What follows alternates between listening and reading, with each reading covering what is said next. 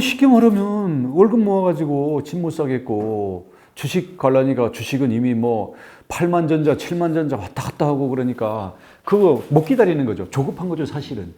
조급하다기보다는 절박한 거지. 그래서 너무 좀 안쓰럽죠. 사실은 투자라는 거는 장기 투자와 자기가 돈이 있어서 여유 투자를 하는 사람이 버는 거지. 4848 하면 무조건 이렇게 돼 있어요. 4848 하면. 근데 지금 다 4848 아니에요. 4848. 빚내서 4848 하는 거니까 따기가 쉽지가 않죠.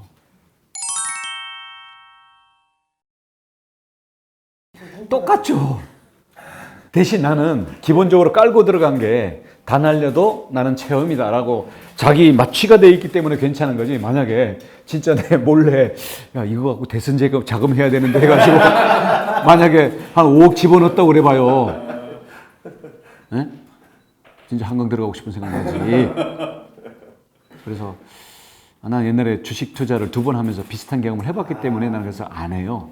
특히 내가 공적인 일을 하는 동안에는 거기다 신경 팔지 말자 그래서 관심이 있으면 늘 쭉 안 했었는데 지금은 상당히 폭락장이고 앞으로 상당히 좀 비극적인 결말이 예견되긴 하지만 그래도 발언을 하려면 야, 왜 갑자기 저 비트코인에 대해서 얘기해? 그러면 내 투자했어.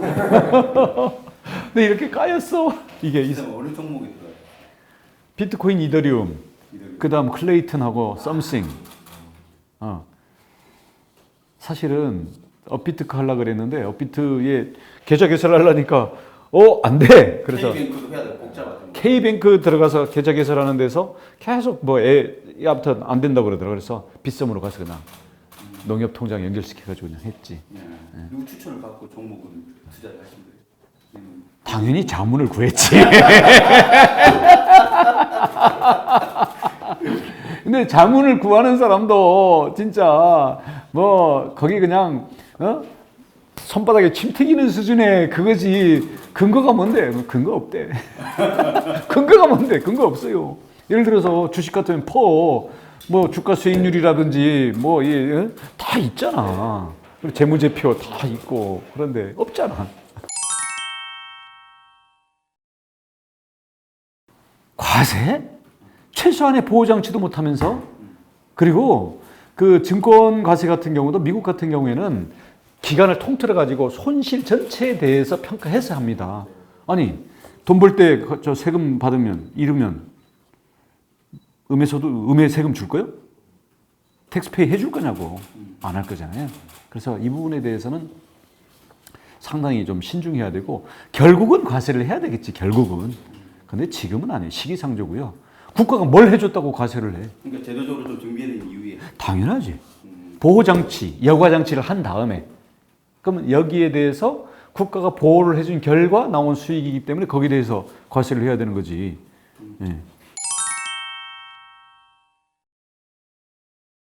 예금하고는 다르죠. 예금은 은행법에 의해서 만들어진 은행 그리고 사실은 저금리에 거기에 의해서 국민들이 이제 투자를 위한 자금을 저금리로 대는 거 아닙니까? 여기에 대해서 그걸 국가가 금융 정책적으로 그걸 보호를 해주는 거고 나는 여기다 보호를 하려면 그 돈을 누가 낼 거냐? 세금으로 내는 그거는 타당하지 않다고 보고 투자자들이 낼 거냐?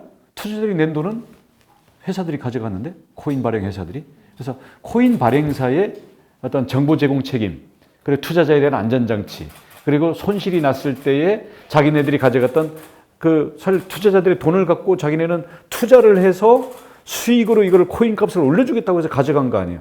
근데 여기에 대해서 아무런 검증과 안전장치가 없거든. 그래서 이 부분들에 대해서 다 필요한 거예요. 그래서 우선은 가짜나 여기에 대해서 정보의 최소한의 그 공신력을 걸러줄 수 있는 정부 당국의 장치 이게 필요. 가짜 예를 들어서 진짜 은행에 계좌 개설도 안 되고 이런 것들은 코인 거래소라든가 코인 발행을 못하게 해야죠. 그러면 이게 제약은 되겠지만 그러면 옥석 구분을 하면 실제로 어떤 실질적인 사업 가치가 있다거나 아니면 나름대로 어떤 국제적인 공신력을 가진 이런 부분 예를 들어서 페이스북이나 텔레그램이 가상화폐 발행한 거에 대해서는 그 안에서 그 코인과 연결되는 많은 비즈니스와 서비스 내지는 그와 연결된 상품, 그리고 앞으로 가상 공간인 메타버스 속에서 많은 컨텐츠와 이 엔터테인먼트 내지는 미래의 디지털 상품들이 거기에 나올 수가 있기 때문에 이런 거와 연동돼 가지고 설사 이게 현금으로 환산이 안 되더라도 그 안에서 새로운 사람들이 욕구를 충족시킬 수 있는 이런 부분에 대한 교환 가치를 갖는단 말이에요. 그럼 이런 게 있어야 사실 바깥에 우리 실제 법정 통화랑 이 가격이 연결되는 게 이게 어떤 서로 그거에 따른 가치가 마련이 되는 건데 지금 이 연결이 안 된 채로 공중에 떠 있는 코인이거든.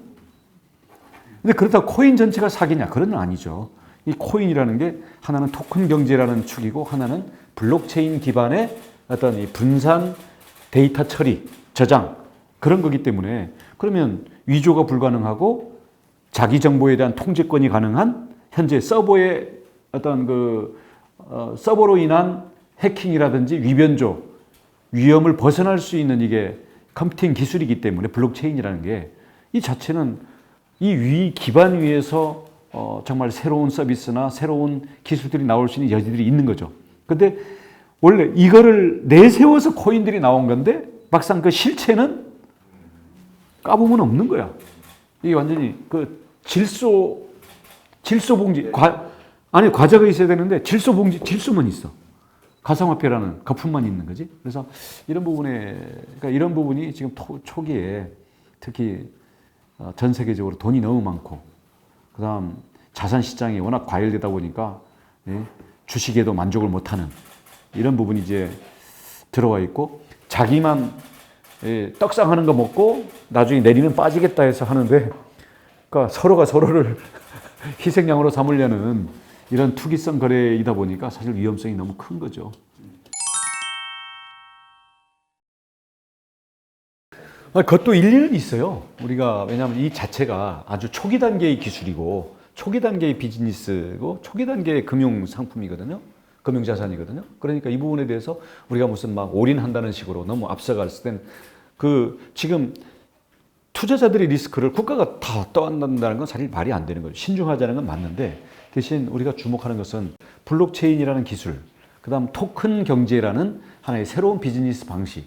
이 부분은 대한민국의 디지털 혁신을 위해서는 상당히 유력한 하나의 분야일 수가 있고, 특히 여기서 앞으로 메타버스 그 안에서 이루어지는 공연 티켓, 그 안에서 이루어지는 쇼핑, 그 안에서 이루어지는 서로의 채팅이라든가 그 안에서 이루어지는 모든 어떤 이 자기 캐릭터가 사이버 공간에서 서로 하면서 여기서 나오는 부가가치, 이런 부분들에 대해서는 어차피 그거를 그 안에서 게임 아이템 생각하면 되거든요. 게임 아이템 가지고 그러면 그 게임 아이템은 어차피 토큰일 수밖에 없고, 그럼 토큰이라는 게 그러면 그 운영자가 임의로 무슨 마케팅 정책 같이 주는 게 아니라 결국은 이걸 블록체인 기반으로 해가지고 수학적으로 참여에 대한 보상이 주어지는 이런 시스템이 가장 유력한 거니까, 그러니까 그런 면에서는 블록체인과 토큰 경제, 메타버스를 연결하는 이 부분이 디지털 혁신의 중요한 분야가 돼야 되죠.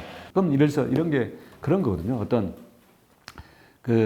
세이프 코인 하버, 그러니까 이제 안전한 항구 이런 거거든요.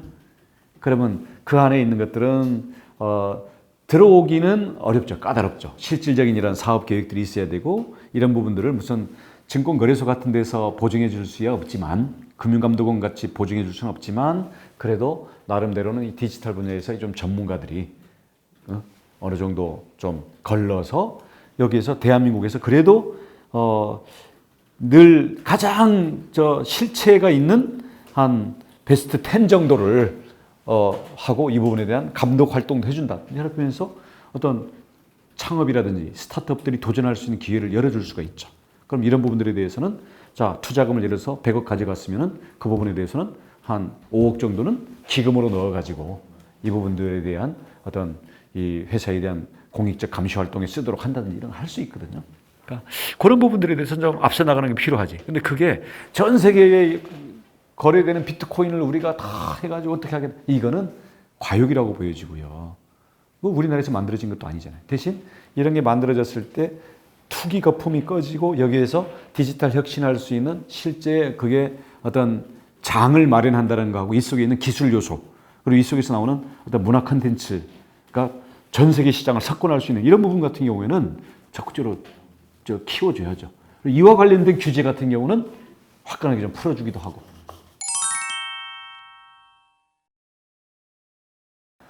국가의 공권력에서 화폐의 강제 통화 기능은 가장 본질적인 거거든요.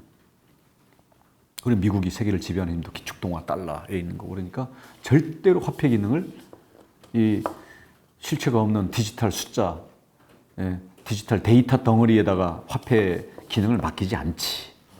그래서 화폐라기보다는 그러니까 결국은 이제 블록체인으로 저장된 데이터 이게 해낼 수 있는 앞으로의 어마어마한 가능성. 그렇다고 해서 블록체인이 모든 걸 대체하는 건 아니에요. 기존의 서버에 의한 이런 거라 하이브리드로 연결해서 쓸 수도 있고. 근데 만약에 이준혁이 내 나체 사진 딱 언제 한번 술 먹고 기분 좋아서 올려놨는데 이걸 블록체인으로 올렸어. 수정 불가능? 접속 불가능. 어떡할 거야? 안 되잖아. 그럼 이런 거는 사실은 언제든지 통제가 가능한 서버에다 올려야 되는 거고, 예를 들어서 거래를 한번 했다. 아니면 이 사람의 발언인데 영원히 못 바꾸는 걸 이런 걸 한다. 그런 인증 내지는 그 NFT라는 것도 그거거든요. 대체 불가능하고 변경 불가능한 토큰. 그래서 예를 들어서 뭐 디지털 그림이라든가 디지털 파일 같은 것도 물론 파일 복제하면 그대로 복제되지만 이게 원본이다 라는 거에 대해서는 이걸 블록체인 암호를 걸어가지고 처리를 해버리면 이 부분에다가 그걸 1억이라고 생각하는 1억으로 사는 거고 10억이면 10억이고 뭐 이렇게 되는 거잖아요. 그러니까 그런 식으로 해서 이거에 기반한 어떤 그 블록체인 기반의 데이터 덩어리에 대해서 가치를 부여하는 이게 코인으로도 가고 근데 앞으로는 디지털 세상이기 때문에 이런 것들이 많은 새로운 비즈니스나 새로운 그 기술이나 새로운 컨텐츠들이 나올 때 이거를 내게 해주는 것은 달러나 엔으로 하는 것보다는 디지털 세상에서 그 자체에서 통용되고 보다 디지털적인 그러한 교환 수단에 의해 가지고 될 수밖에 없을 거다. 그러니까 그런 거를 그때그때 표현하는 무수한 코인들이 나오는 거고 이 코인의 어떻게 보면 기축 통화로서 이건 비트코인하고 연동시키자 해가지고 지금 굴러가 있는 거거든요. 그래서 개념은 사실은 맞는 것 같은데 이거에 따른 실체가 있냐? 그건 아직은 실체가 없는 거죠.